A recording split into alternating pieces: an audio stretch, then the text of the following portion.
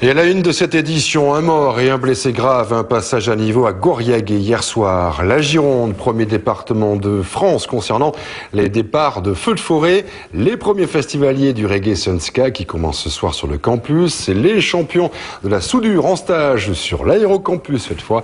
Et les 3 buts des Girondins de Bordeaux hier soir en match amical. Mais pour commencer, Paillé lance un nouvel appel à l'aide. Après les dons et le matériel électroménager, il manque maintenant de bras. Les opérations de nettoyage sont loin, en effet, d'être terminées. Près d'une semaine pourtant après la coulée de boue qui a, vous le savez, traversé le village. Les bénévoles équipés de pelles et de bottes sont donc les bienvenus.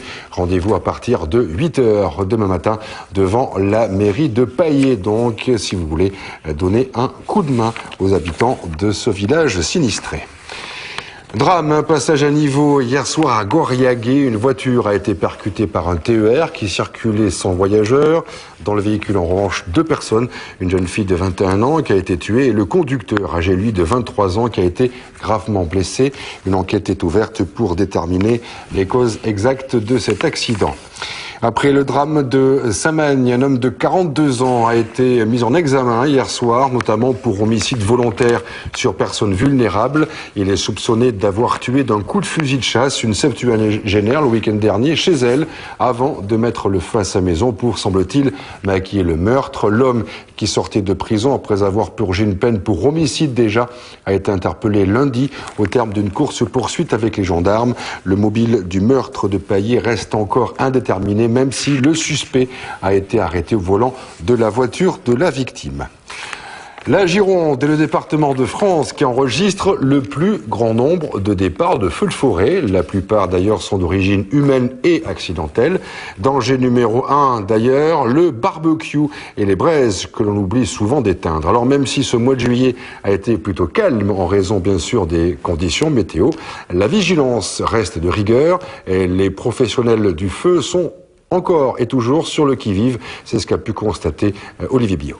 C'est tout à fait intéressant de voir le déploiement des matériels et des moyens et l'organisation et l'intelligence de l'utilisation de ces moyens, et qui est une intelligence en l'espèce partagée entre les communes, la défense incendie et les services départementaux d'incendie et de secours. C'est satisfaisant, c'est encourageant, mais ça n'est jamais suffisant. Comment lutter contre des feux de forêt dévastateurs et avec quels outils ? Le premier échelon, lorsque c'est des petits feux, on a des motopompes flottantes qui sont dans les véhicules de commandement. Donc c'est des pompes de 120 mètres cubes qui permettent d'alimenter rapidement 4 camions feux de forêt en même temps. Ce qu'on a vu, c'est-à-dire des débits importants qui permettent une dérotation assez rapide pour pouvoir envoyer les camions sur les incendies. Encore faut-il pouvoir pénétrer dans une forêt par endroits marécageuses. Tout à fait, donc ces chenilles permettent donc une répartition des masses au niveau du sol et assurent une pénétration de ce véhicule dans des zones humides où le sol est peu porteur. Prendre de la hauteur permet aux pompiers de mieux cerner la situation. De pouvoir avoir une vision assez générale d'une opération qui peut s'étendre sur une surface importante. Et donc la prise d'auteur est nécessaire pour avoir une vue globale. La Gironde étant le premier département français en termes de départ de feu. Allez, c'est parti pour le Reggae Sunska Festival. Premier concert dès ce soir sur le campus universitaire. Près de 100 000 personnes sont attendues ainsi sur place jusqu'à dimanche pour ce qui est le plus gros festival reggae en France. Pour preuve, pas moins de 7000 places de camping sont prévues. Et en début d'après-midi aujourd'hui, les festivaliers étaient déjà là en attendant l'ouverture des portes. Le tout bien sûr dans une très bonne ambiance. Écoutez. Ouais, motivé, c'est Reggae Sunska et voilà, on est chaud, il fait beau. On y est. Ah bah super content. Oui. Hein. Ouais, il fait chaud, mais ça va, on supporte. On s'est trouvé un bon coin à l'ombre. C'est sympa. Et puis ça fait 3 ans qu'on vient. On est aussi bien reçu, des programmations superbes. Ouais. Il y a eu des soucis à cause de la tempête et tout. Donc là, on est content d'avoir un camping bien propre aussi. Ouais, avec de l'herbe et tout, donc c'est un bon spot cette année, je pense. La deuxième année. Bah, l'ambiance, la programmation aussi. Au calme, j'ai envie de dire serein, tu vois, on vient d'arriver il y a 10 minutes, là. Franchement, c'est cool que de monde est venu, il y a du soleil, c'est cool. Au top, franchement. Première, donc bon, voilà, on verra, mais il y a bien le goût et tout. Mais ouais, ça va bien se passer, ça va être pas mal. Reggae Senska vous aime. Sénégal. On est motivé. Ouais, c'est le début là, c'est le début là, c'est que le début là. Eh ben moi ça fait au moins un mois que j'attends ça, je viens d'arriver là. Là je suis content d'être là, on est bien. Il y a du soleil, il y a du monde, ça va être du sale. Ouais, là je suis très bien, impeccable. Un petit coin d'ombre, un petit coin de paradis tranquille là, au milieu des arbres, donc c'est cool, ouais. Là cette année paraît-il que samedi, dimanche ça va être bizarre niveau temps. Oh, c'est pas de la pluie qui va nous arrêter. Là franchement on est bien parti franchement. Ça va être dégâts. Kanka. Kanka, ouais. On est venu voir tous les groupes de reggae présents à ce festival. On vient ici en Senska et là c'est la première année après le bac, on est venu avec tous les potes. Et on est venu, voilà, à chaque fois on vient, c'est génial.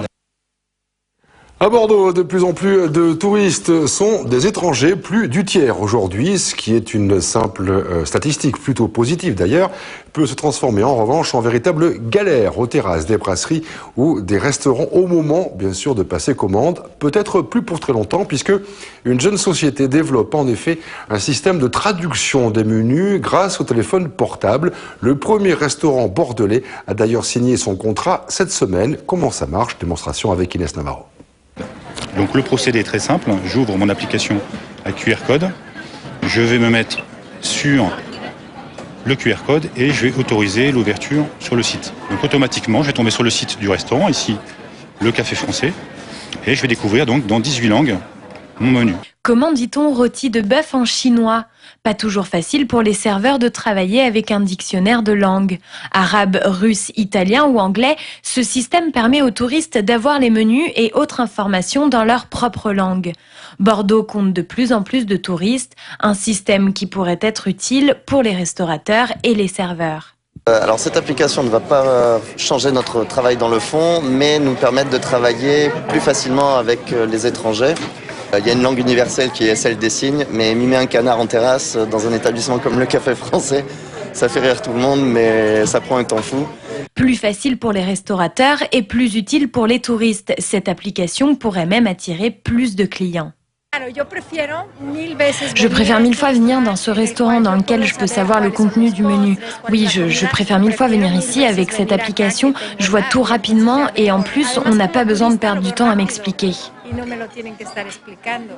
En un an, c'est déjà plus de 150 restaurateurs qui ont adopté cette application.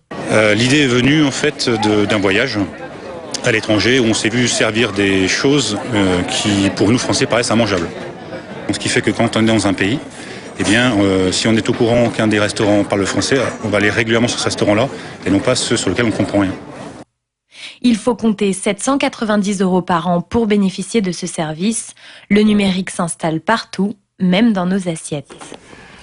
La soudure à ces championnats d'Europe, et oui, et les meilleurs vont d'ailleurs se retrouver à Lille en octobre prochain. Rendez-vous important pour la profession auquel il faut se préparer très sérieusement. Eh bien cet été, les sélectionnés viennent tous en stage, les uns après les autres, au tout nouvel institut de soudure installé sur l'aérocampus de la Trenne. C'est un peu le Clairefontaine de la soudure parce que vous allez le voir, souder c'est un art très difficile. Christophe Chavallo.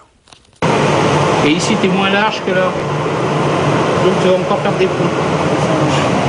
Des recommandations que ces deux jeunes professionnels de la soudure devront suivre à la lettre et pour cause. Ils sont venus ici à l'Institut de soudure de l'Aérocampus se perfectionner en vue des prochaines joutes européennes de la spécialité. C'est vraiment affiner les gestes, c'est surtout chercher nos points faibles, vraiment travailler ces points faibles et vraiment voilà, de trouver les défauts à ne pas faire, à chercher les points importants pour le championnat.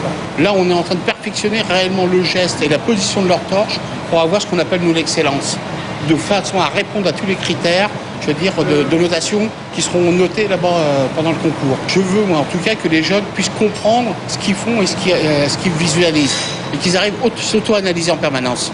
Donc, c'est vrai, c'est du coaching quelque part.